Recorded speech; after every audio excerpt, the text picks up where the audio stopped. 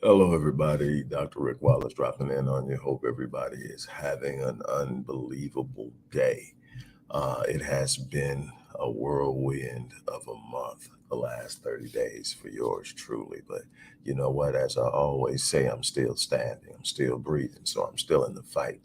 And I am pushing forward and I am getting things done. I am immensely excited about the work I'm doing on so many levels. My goal is to leave an imprint in this world that says I came and I helped people change their lives for the better. And that's my work. My work is to help people heal, help people grow, help people expand their reach, empower people to do the things they're literally designed to do, but have never explored. And so I'm in a very exciting time in my life, and I am built for the challenges that I face. So I'm in a good place. But look, um, I want to talk to you about something. And before I forget, don't forget this Saturday is the Crushing Limiting Beliefs Masterclass.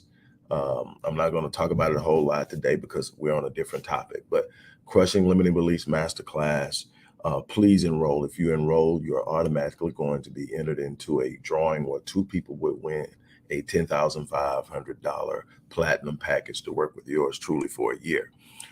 You don't want to miss it. Plus, if you're having any issues with pushing forward and getting things done, I guarantee you somewhere in your subconscious are limiting beliefs that are holding you back from moving. And I'm going to teach you how that works, why it works, and what you can do to change it, how to change it, get you set up and move forward. You don't want to miss it.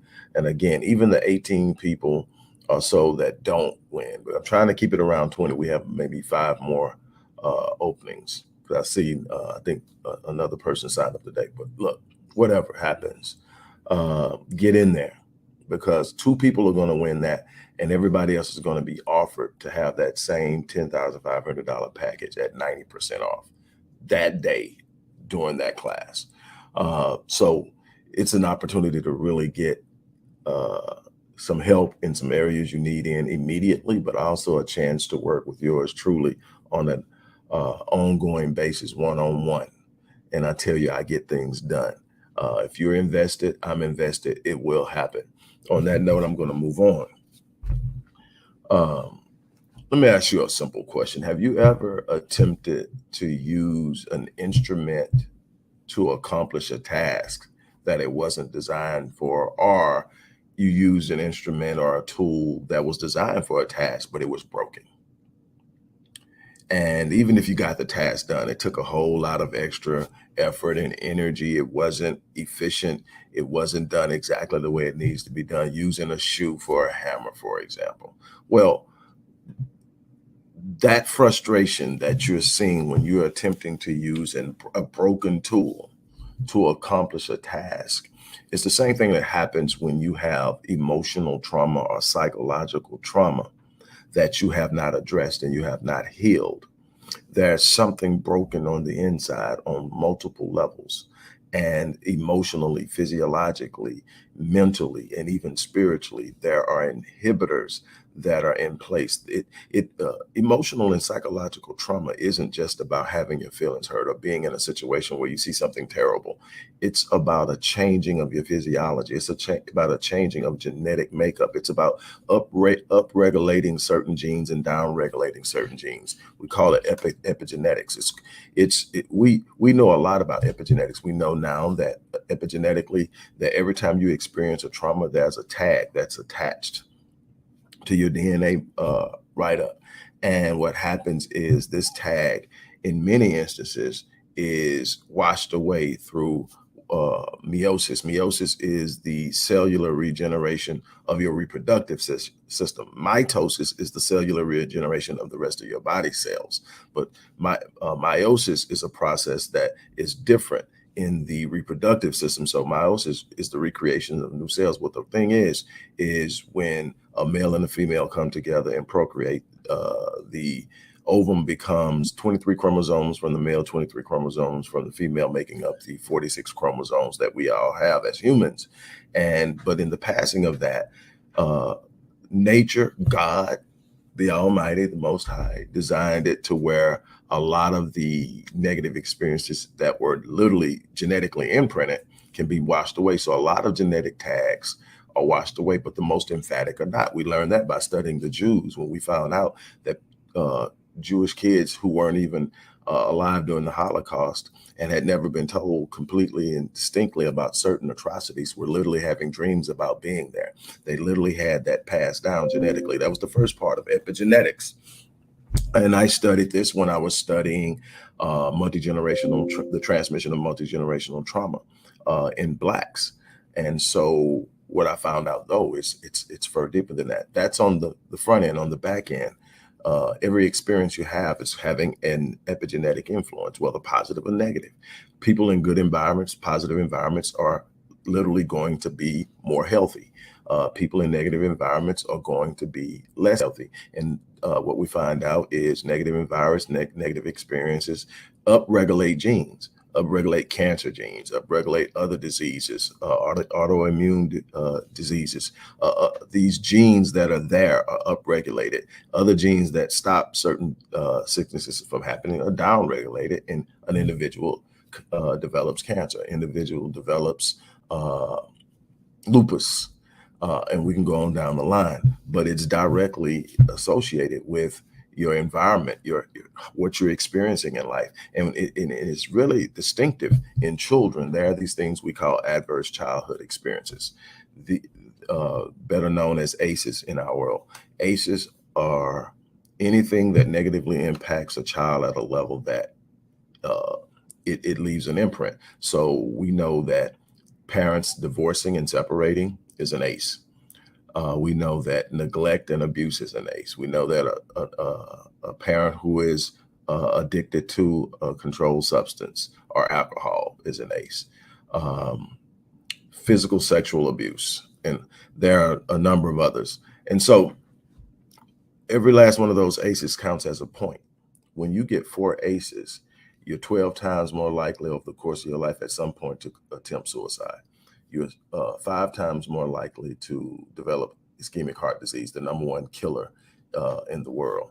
You are 4 times more likely to develop type 2 diabetes. And I can go on down the line of how a childhood experience can negatively impact you in your physiological health. Now, this doesn't even deal with your sociological issues of you trying to navigate a world that expects a certain behavior and a certain type of interaction, but you have these imprints within your psyche that literally are triggered. And people who don't understand trauma think that it's just a memory, or people are just having flashbacks. No, it's not a flashback, it's not a memory. What it is it's a reliving of to what that person a real threat. When you have a traumatic experience, it doesn't mean that you're traumatized. Some people are not traumatized by traumatic experiences, and that has a lot to do with your trauma threshold. Not going to get into that now because we're pressed for time. But for people who have gone through a lot, who have been through a lot, already have a lot going on, they're going to be more easily traumatized because they have worn down to their trauma threshold. A person who has been healthy and in a strong environment are more likely to be able to withstand one traumatic event where someone else may not. But regardless, if you become traumatized, if it actually traumatizes you, what happens is it imprints within you, but it does not move into what we would normally call a linear timeline in your memory. In other words, when something happens today, tomorrow when you wake up, you remember it, but you remember it as something that happened the day before. And what does that mean? That means it's already happened, it's in the past. Whatever's happened has happened. Well, in traumatic memory, that linear makeup or where it's integrated into your linear timeline doesn't happen. So when you actually have that memory, it's happening again. So it is an immediate and current and present threat. So this is what happens when you're trying to cultivate relationships and you're over in a place and you just flip out and people don't understand why.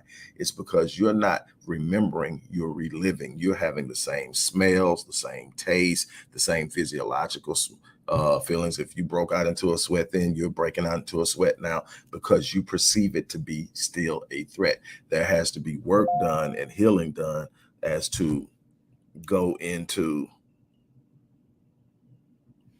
um, the cause for what you're having to deal with. You're going to have to really work at and understand what you're going through, why you're going through it, and you're going to have to do the work to integrate it into your linear timeline so it becomes a memory and it stops being an immediate threat. And that takes time, but there are a bunch of different ways to do it. Uh, One of the things that I do, I work on two ends of the spectrum with my clients. On one end, we're talking about healing. We're talking about healing trauma. We're talking about using um, uh, very non-conventional methods many times. I have been immensely successful. I have been one who has said I work predominantly with African Americans, and the reason I do that is because I understand and I believe, along with Dr. Naeem Akbar, Dr. Joy DeGruy, Dr. Howard Stevenson, and the late Dr. Amos Wilson, that the African American experience is so much different than any other experience of people in this particular culture, that our psychology is not going to be the same. And what we have to understand, so much of our psychology is our experience, our lived experiences, and how they have impacted us, and the mindsets, the paradigms, uh, the identity, the self-image, all of that stuff that make us up is different.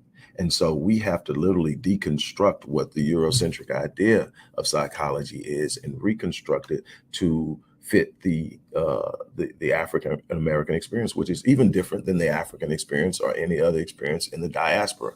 And it's extremely important to understand that. And I've spent years understanding and learning and being able to connect with people to make that happen. What I can tell you is there's so much out there for you to do. There's so much that you need to be able to do in this world, because you weren't meant to sit here and survive, or sit here and exist, or sit here and struggle because of something that happened to you in the past. You're sit here to be an example of what's possible when you decide to put in the work and heal, when you decide to sit up and do what it takes to change your situation, because things are going to happen, unfortunately, and far too often. And I've talked about this in great length. It's happening to our babies. It's happening far too early. But what happens is people who are traumatized tend to traumatize other people. People who hurt people hurt people. It's the reality of it. It's a cliche, but it's real. And it doesn't have to be intentional. It's more than likely reaction. It's reacting to their reality. It's reacting to their situation. It's reacting to poor paradigms that have been created that says this is what happens when you do this. We're looking at a situation right now in Brooklyn where a woman beat her 9-year-old daughter for 2 hours, and then this baby begged for help until she passed away. And you can look at this mother and there's nothing there. Well, I guarantee you she wasn't born that way. Somebody didn't protect her. Now, this isn't a pass for what she did. She's got to be held accountable for that with every ounce of what we have. We have to hold people accountable for what they do in the community. But let me explain something to you. You keep failing people, eventually that comes back to bite you. I've been talking about the need to properly racially socialize young Black males. Why? Because if you don't properly socialize them, they're more likely to drop out of school, more likely to go to prison, more likely to become violent, more likely to be domestically violent, and less likely to be socially affluent, financially affluent, and so many other things that are so necessary for the men in this community to be functional and to be in a specific role that we need them in. And I can go on and on and on. But whether you are, regardless of race, if you need to heal, you need to heal, because you're not helping your house. And to me, it all starts with the house. If I can't be who I need to be for my house, I can't be what I need to be in the world. And so if I'm not healing, if I don't have the capacity to heal, and healing is two things. Healing is dealing with what's in the past to become whole again. Why do I need to be whole? So that I can take the next punch, because it's coming. We don't live in a world that we are void of struggle, void of problems, void of disappointments, void of pitfalls and obstacles. They're coming. They're a part of the process. They're a part of the equation. But if you're not prepared because you're already beat up, you're not prepared because you haven't put in the work and healed, you're not prepared because of all the things that you've been through and you have not yet dealt with, when that next punch comes, that might be the one to take you out. We are looking at a situation now where there is a almost 50% or 49% increase over the last 6 years in suicide successful suicides of young Black males between the age of 15 and 24. There's a reason for that. We are now in a situation where in two statistical categories for minors, we're leading. We're leading in suicides, ages 5 to 11, ages 10 to 13. They cross over, they overlap those categories. I don't know why, but 5 to 11 is the highest, then 10 to 13. And the crazy thing about those, predominantly female, our young Black baby girls are killing themselves because we're not doing what we need to do to protect them. And we're not understanding the dynamic of the social environment they're in and how it's influencing them. And we are in some type of vacuum where we believe because we are African Americans, we don't have to deal with suicide. Suicide is becoming a major issue. We're losing far too many of our youth to something that is preventable in almost every case. This is something we've got to look at. We've got to talk about that too. But whatever you're going through, there's something out there for you exceptional. There's something out there for you extraordinary. There's something out there for you phenomenal. And the thing is, you need to be at your best to have it. You need to be at your best to do it. You're sitting up and you're probably frustrated. You're wondering why things don't work out for you because you haven't put in the work. You haven't done the work that's necessary for you to become and do the things you need to do. So I'm encouraging you to stand up and be what you need to be and do the work. What you'll see in the description box down there are, yes, the link to this Saturday's Crushing Limited Beliefs in that, because I want you to sign up for that. I've already spoke on that in the beginning of the video. If you haven't heard it, go to the beginning of the video. But also there are two links in there specifically. One is for healing emotional and psychological trauma self-paced course. That's me. You get the course and you do the course on your own. And you put in your work and it works. And the other is for a supported course. That means you do the course, but you do it with me. That is the preferred and recommended method. Have a professional, somebody that knows what they're doing, walk you through it, help you, because that's some things that you have going on that you don't realize, some things that are happening that you can't get to. You don't even know it's influencing you, and it's influencing your every move, your decisions there, and you don't know, and you don't understand why, and you're moving, and it's frustrating. Why I keep doing this? Why do I keep doing this? Why does this keep happening? And it's a reason. Nothing is just happening in your life. It's no such thing as coincidences. It's no such thing as happenstance. Everything is a reflection of your thought processes. Everything is a reflection of how you move, how you think, what you believe. And your negative influences, the things that have hurt you in the past, if you haven't dealt with them, are still influencing how you move in the future. You wonder why you can't cultivate and sustain a relationship. There's a reason for that. You're going to have to learn to deal with that. You're going to have to learn how to become that person that's whole, that can trust again, that person that's whole, that can love again, that person that's whole, that can be loved. And then you're wondering why you're so beaten up and downtrodden because of it. You may not even have the confidence to go out and move on something that can really change your life financially. Why? Because self-confidence has been infected by the trauma. Your self-image is going to be reflected in your your self-esteem, your self-confidence. So if something is wrong with the self-image, that's an issue. So that's where we start. We reconstruct the self-image, not based off of your circumstances or your situations, not based off of your history, based off of your design, based off of what you're capable of doing, what you were designed to do, based off of your purpose and your destiny. We find ourselves in that. We rebuild your self-image off of that. Then when the self-image starts to expand, so does your self-confidence. So does your self-esteem. All of a sudden you start to square your shoulders. All of a sudden your head is held high. All of a sudden there's the smile that you haven't seen in months. That's one of the most beautiful things I get to see. And I've got a client that I got that out of for the first time last week. And it was a thing. And they had been through so much that they couldn't even smile. They had been through so much that they couldn't smile. But the beauty of seeing somebody find hope, and the smile is a representation of so much. And if you can get a person to smile, you're taking them somewhere, you're leading them somewhere. My goal is to get as many people to smile in this world. I mean, authentically smile for, man, something is getting better for me. And that's what I want for you. If you know there's some things that you need to do, or you know someone that really truly needs the work, you can do the self-paced course, very affordable, or you can do the supported course where they work with me. And that is affordable considering what, I normally charge for my packages, but I want to help people. That's my thing this year. My goal was 1 million people. So I'm doing videos, I'm doing books, I'm doing lectures, I'm doing classes, I'm doing everything I can. But every chance I get to work with somebody one-on-one, oh, that's explosive. That's literally dynamite. That's something that I know I'm going to put my hand on it. When I put my hand on it, I'm not just going to affect their lives. I'm going to infect them. One of the most powerful ways to change the world is to infect someone with what you know is going to empower them. Now, what's the difference between affecting is I do something and I impact you. Infecting you is touching you with what moves me.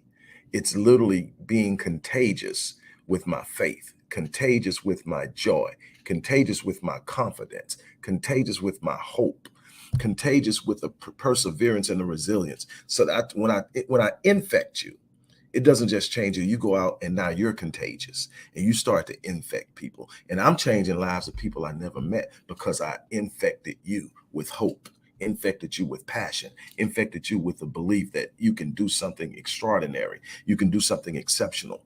That's the beauty. That's the beauty of it. And so I would love to see you. And finally, there's a lot going on. So I've got a lot saying this finally. For those of you who are in a good space, but understand the importance of this, you could always support what we do in the community at the Odyssey Project in the area of mental health. And the link to do that is in there. Also, the organization's Cash App handle is in there to support that directly. But if you need work, the first place you have to start is with you. You need to work on you so that you can be an influence on others. On that note, I'm going to get out of here, get ready for my next client. You guys have an unbelievable day, and I will be checking back at you. As I always say, I live my life on full so that when I leave this place, I die on E. I'm challenging you to do the same thing. Live your life on full. Don't take that potential to the grave. Don't take that gift to the grave untapped. Leave that work done out here to change lives even after you're gone. I tell people all the time, the first half of my life was about me, showing people what I can do, what I could own, what I could buy, what I could drive, where I could live, all that stuff to prove that I got out of the hood. And I realized in my 30s, I was still empty. And then the second half of my life became about my legacy. What am I going to leave behind in this world that will speak of me after I'm gone? That's what you want to do. You want to leave a legacy. I'm challenging you. Stand up. Get yourself together. Square your shoulders. Let's go put that work in and let's leave a legacy. On that note, I'm out of here. You guys have an unbelievable day.